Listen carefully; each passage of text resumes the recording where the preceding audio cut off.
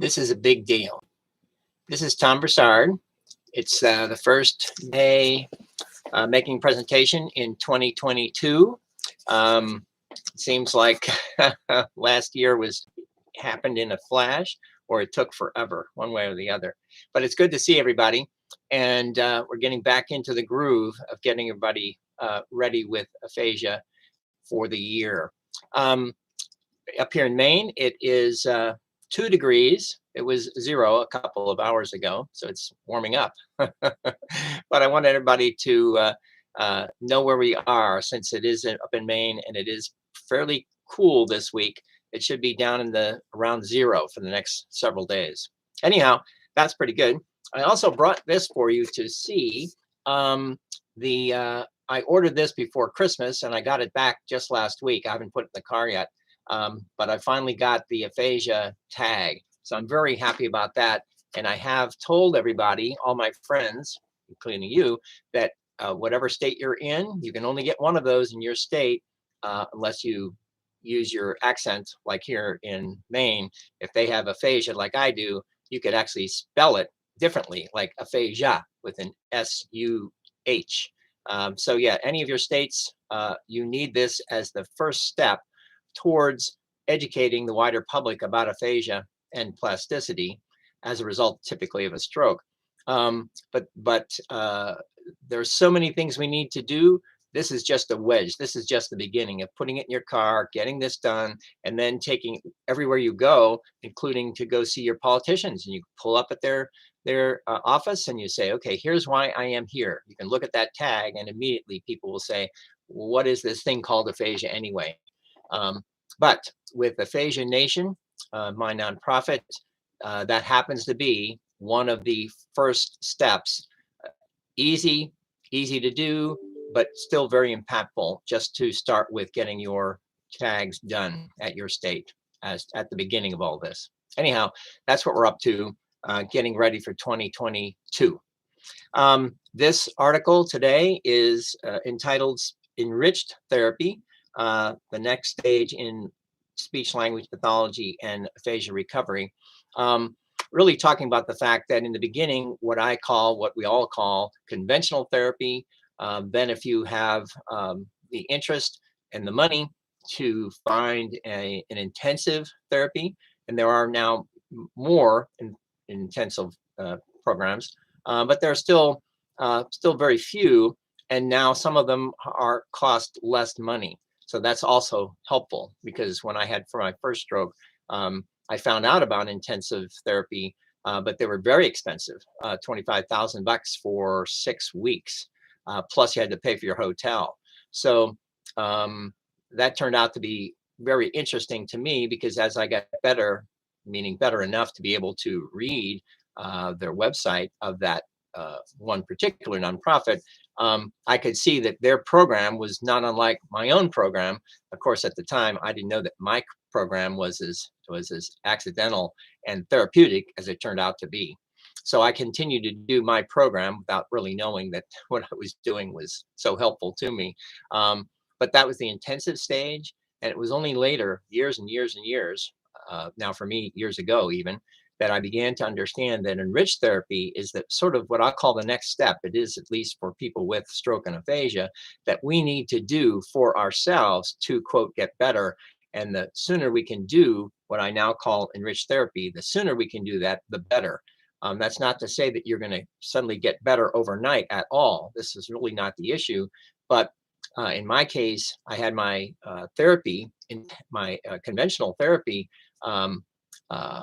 and really just at the very start, at my leaving the hospital, I left without knowing anything about aphasia, and I was home for another month before I finally went to a rehab facility, outpatient.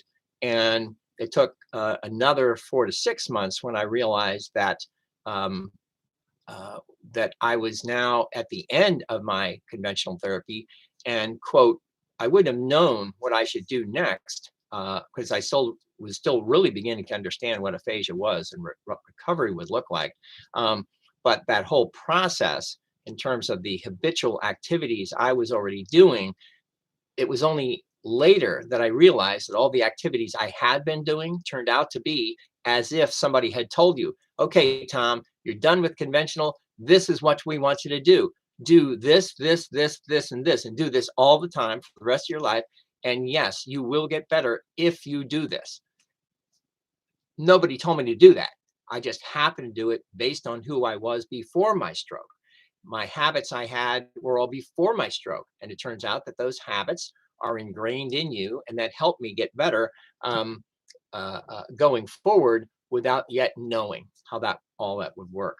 So you'll be able to read this article later. I want to make sure that I have the time here to tell you more about the activities, what I now call enriched therapy. With conventional therapy, you typically, if you're lucky, you get about 50 hours. I had really good therapy. I got 30 sessions, 30 minutes each. So that turned out to be 15 hours of therapy. Plus, I went to a group in Boston, and that gave me about 22 hours plus, excuse me, some homework. As a result, I'll call that about 50 hours. Intensive, typically, you get 150 hours of therapy. Quite intensive. That's why they call it that. 4 to 6 weeks, 30 hours of therapy a week, but typically for just 4 to 6 weeks. And then you're off on your own again. Again, not realizing that all that activity of those 30 hours a week for 4 to 6 weeks, you need to do that activity forever, for months and months and months. And it isn't to say that you will get so tired you'll stop doing that. You have to realize that what you had done before to do whatever you needed to do to learn something new, develop a new habit, that gives you more effort with less energy. So that's what habits typically do to make you something that's successful. You have to do that after your stroke as well, and you have to do it sooner rather than later. So taking intensive and making it into enriched really is understanding that you have to do this for the rest of your life.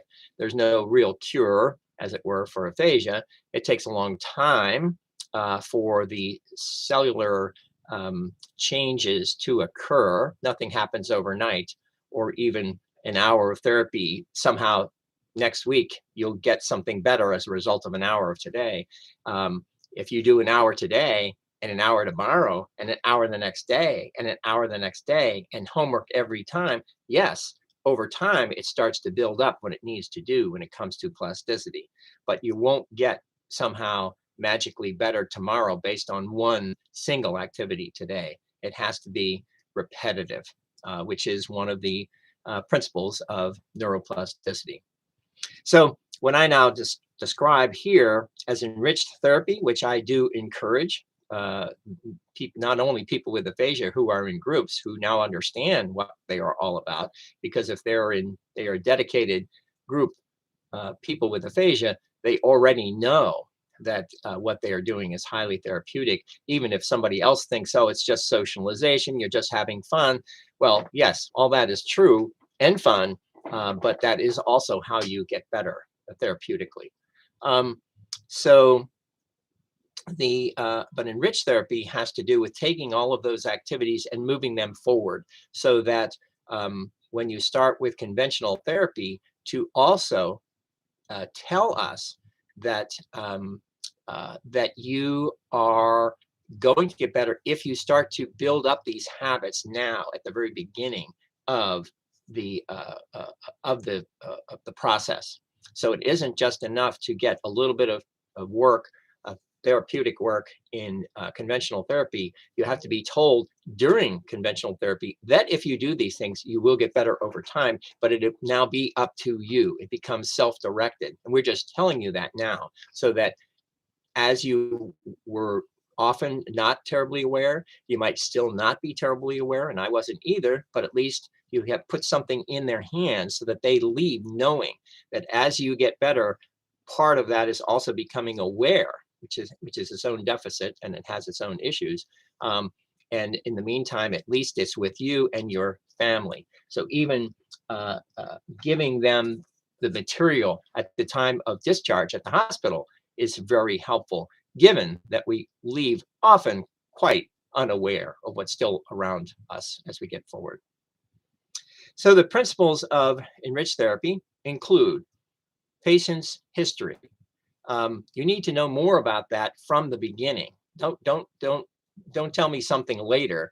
At the beginning, start to ask questions. Again, even if you're unaware, uh, especially when you get into conventional therapy, the patient's history is very helpful to understand what made them who they were before their stroke, what made them motivated before the stroke, because that motivation activity is, and the motive force is what will help you now after your stroke.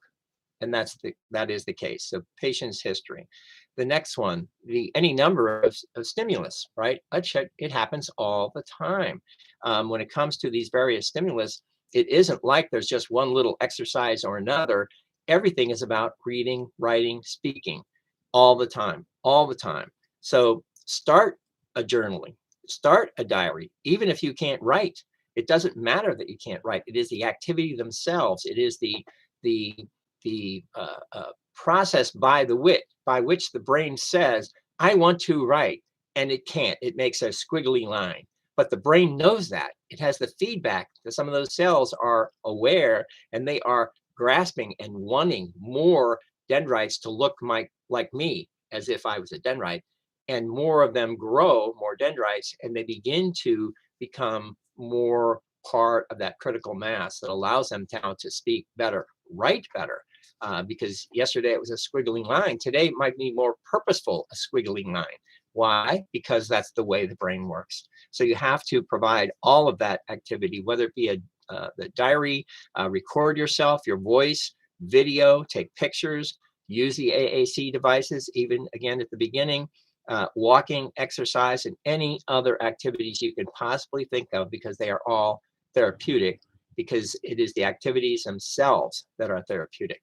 It doesn't matter if you can't do any of those things well. What matters is that you're doing them at all. Number three, timing. You have to start earlier. I remember when I was being discharged from my conventional sessions, and there was no plan. There was no, here's a piece of paper, here's anything you need. No, there wasn't. It was really, well, bye. That was it. You need more timing, meaning you have to start this habitual journey earlier, so that as you leave, it's like a baton, it's like a relay race. As you are leaving, they're already handing you the baton that says, okay, go and run, using the baton they have. And in many cases, I have used this, and I donate this to hospitals and to groups, because that can be the baton for those who don't yet know, as I did not know, and you would not have known until somebody hands it to you and you go, oh, this, even though I couldn't read it, at least I could see the pictures and say, oh, that is on the brain, on the inside. Oh, I need to understand more, starting with these pictures going forward, and then begin to understand what a neuron is, because it's all about the remaining neurons you have that's going to help you get better. Um, so that's number three, timing. Number four, materials. As I mentioned here, provide that baton before you leave, before you're discharged from the hospital or from your conventional environment. And that baton can be my book, The ABCs of Aphasia. It can be any number of other things, but it has to be something physical. Don't just go on the website. I couldn't do it. Yes, the family could, but they also had their own life to work with. You need a baton. You need something physical, a talisman, a lucky charm. But you need all that material going forward. And there's a big bubble between the hospitals and rehab facility, and it's a stovepipe, and you really can't. They don't communicate much. People in rehab know a lot about stroke and aphasia. The people in the hospital know a lot about stroke, how to stabilize and move you over here. But in the meantime, that could take weeks, if not months, between leaving here and getting here. Why don't we provide more information in that gap between these two bubbles? And we need to inform both those bubbles about the other, and why there ought to be more connective tissue, not unlike the dendrites we now have that have to be building those connective tissues to allow us to go forward. So that's number four. Number five, education. We have to be providing education to people with stroke and aphasia and their family and caregivers about plasticity itself. Again, it's otherwise magic if we're not told, and we really have no idea why we get better, that these activities just magically make you get better. It would be helpful for you, as it were, to tell us more about plasticity and why we then can better understand. Again, I know that I was unaware, but you have to be told this repetitively. So I began to understand that there was more than just magic of why I would just do these things and somehow it'll get better. Explain to all of us about plasticity. It is the foundation of all learning, whether you had a stroke or you just want to learn a new language or a new skill or a new job. Plasticity is everything. And all of us, whether you're healthy or not, the wider public should also know about aphasia because it is with them, it is in them. And it doesn't help if you don't understand what that tool is for you. And that's number 5. Number 6, there has to be a recovery plan. Again, it doesn't have to be big or massive. It just has to be a plan that can be provided at the beginning, even at the hospital, to say, okay, here's the plan. The plan is from here, you go to rehab. From there, you go to other things. And then you have to do these other activities. So this needs to be part of a lifelong self-directed process, a marathon. And being told that at the beginning, even if I couldn't understand it, you could have given me something. Because the only thing I had when I left that hospital was that one piece of paper, one line that said aphasia. Heck, I wrote on the back of that piece of paper using words that don't make any sense. Turned out to be the first entry I ever made before I even got to my diary, telling myself that something was happening, even though if you read it, and you look at my books, you would say, oh, that's what Tom was trying to write, but it makes no sense. It's okay. It is the activity themselves. You have to give them a plan. Again, it doesn't have to be terribly big. Sorry.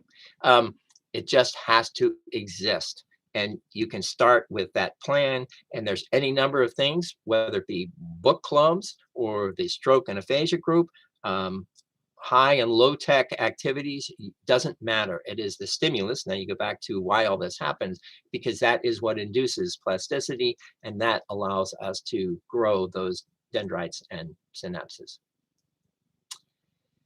All righty. Well, 2022 is going to be a big year, I am sure. Aphasia Nation will be formally announced in March of this year, and we will be moving forward on an international educational powerhouse to help people understand that it isn't enough with the bubbles that we have in that world.